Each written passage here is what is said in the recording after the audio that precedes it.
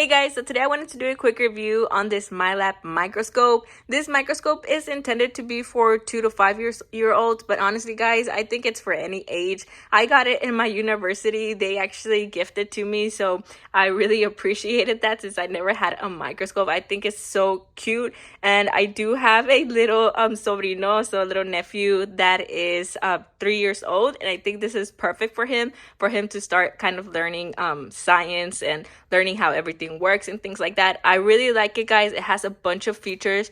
Now we do have the magnifying glasses here. Well, the magnifying feature, I guess. It does also have the knobs to adjust, so it can go up or it can go down. We do have the lights here. We have the bottom light, so there goes the bottom light, and then we have the top light here. So as you can see, obviously these lights go in here. They're placed in here. Now we do have different types of slides. We have some slides that are already come pre-made, and we have some slides where like the little one can just go and get some specimen from outside and kind of like just see under the microscope like we used to do in elementary. It's so cute.